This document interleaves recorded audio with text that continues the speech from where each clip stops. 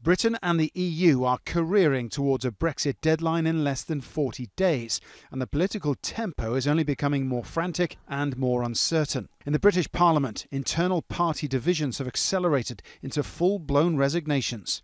3 Conservatives now joining 8 Labour MPs in going independent. I also hope it gives courage to members of the government who are deeply concerned about this no deal becoming a real possibility, and it will give them the courage next week to do what frankly some of them should have done a long time ago.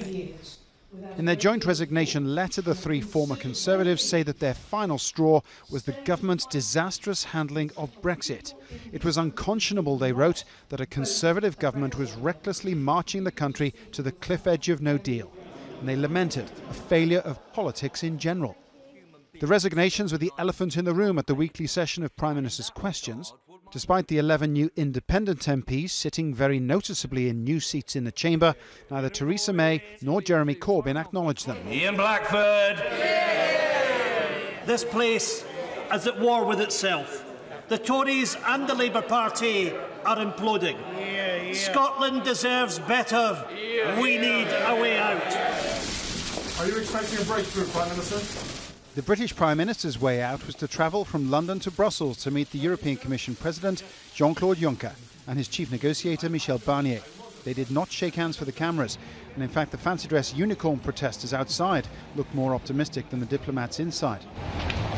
No breakthrough was predicted, and by the time the Prime Minister's convoy departed, no compromise had been reached.